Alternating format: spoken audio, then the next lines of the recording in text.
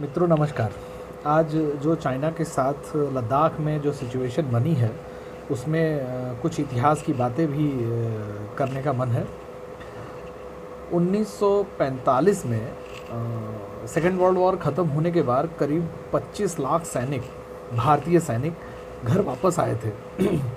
भारत को एक ज़बरदस्त युद्ध का अनुभव था जिसका फ़ायदा नेहरू जी ने सही तरीके से नहीं उठाया और हमारे हाथ से पाक अधिकृत कश्मीर और अक्साई चिन दोनों ही चले गए, जो कि मेरे ख्याल से नेहरू जी की नीतियों का ही असर था।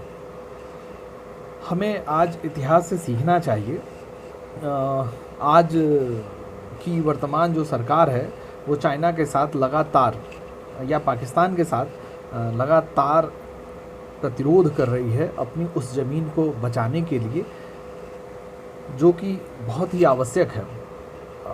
विगत के वर्षों में जिस तरीके से भारत ने अपनी विदेश नीति को बिल्कुल डिफेंसिव मोड में चलाया है, उसका ये नतीजा है कि आज देखिए हमारे सामने चाइना हो या पाकिस्तान हो या नेपाल हो, बांग्लादेश है, म्यांमार है और बहुत सारी छोटी मोटी जो कंट्री हैं, जो हमारे अगल बगल की कंट्री हैं, वो हमारे साथ किस तरीके से रिएक्ट करती हैं।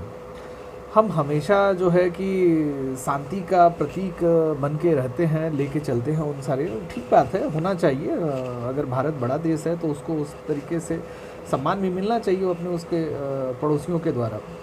पर ये हमारी विदेश नीति की कमज़ोरी कह सकता हूँ मैं, जिसको अब जो वर्तमान सरकार है कुछ दुरुस्त करती हुई दिख रही है और अपनी सीमाओं की रक्षा सुरक्षा के लिए अच्छे से, मेरे ख्याल से काफ़ी अच्छे से प्रतिरोध कर रही है, जिसका परिणाम आज दिख रहा है कि सारे हमारे लोगों को दिक्कत हो रही है। वर्तमान में जो राहुल गांधी का जो रिएक्शन आ रहा है इस सिचुएशन में, मुझे लगता है कि ये अनुचित है। उनके द्वारा किया गया जो प्रश्न है, उनको अपने पूर्व के जो लीडर रहे हैं, जो उनकी पार्टी से ही रहे हैं, उनके कृत्यों को ध्यान में रखते हुए प्रश्नों का चयन करना ज़्यादा बेहतर होगा। अगर वो अपने अतीत में झांकें, कांग्रेस पार्टी अगर अपने अतीत में झांके, तो उसे मुझे नहीं लगता कि किसी तरह के प्रश्नों का जवाब वर्तमान सत्ता से मांगने की आवश्यकता है। और सरकार अपने दायित्वों को पूर्ण तरीके से निर्वहन करने में लगी हुई है और पूरी जनता को विश्वास है कि वो सही दिशा में कार्य कर रही है।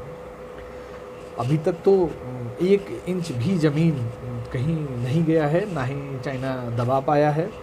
स्थिति युद्ध के मुहाने पे खड़ा है, पर देश को डरने की आवश्यकता नहीं है। 1 अरब 35 करोड़ का देश, उसकी जनता को कोई आँख दिखाए या उस देश को कोई आँख दिखाए, ये सोचने वाली बात है। पर अब तक तो ऐसा होता आया है, वर्तमान में ऐसा नहीं है। और जो हमारे युद्ध में सैनिक आए थे, अगर उनके अनुभवों का लाभ लिया गया होता तो स्थिति कुछ और होती। वो सारे सैनिक खेती किसानी में लग गए, अपने जीविकोपार्जन में, वो और उसका सही अनुभव नहीं हुआ। तो मेरा तो यही कहना है कि ठीक है, देश जो है अपनी गलतियों से सीखता है या मनुष्य अपनी गलतियों से सीखता है। हमने भी अपने इतिहास से, अपने अतीत से, जो हमारे पूर्वजों ने गलतियां की हैं, जो हमारे पुरखों ने गलतियां की हैं, उससे काफ़ी कुछ सीख रहे हैं और उसमें जो परिवर्तन करने की या जो सुधार करने की आवश्यकता है वो लगातार हो रही है और होनी भी चाहिए। वो इंसान ही क्या जो अपनी पूर्व की गलतियों से सीख करके आगे कुछ अच्छा और नया न कर सके। तो राहुल गांधी को जल्दी से जल्दी सद्बुद्धि आए, मैं उसके लिए जो है कि ईश्वर से प्रार्थना करता हूँ। और भारतीय सेना और भारत सरकार दोनों को मेरा सलाम है कि वो सही दिशा में कार्य कर रहे हैं और निश्चित तौर पे सत्य की जीत होगी, हमारी जीत होगी और हम आगे इसी तरीके से बात करते रहेंगे। धन्यवाद।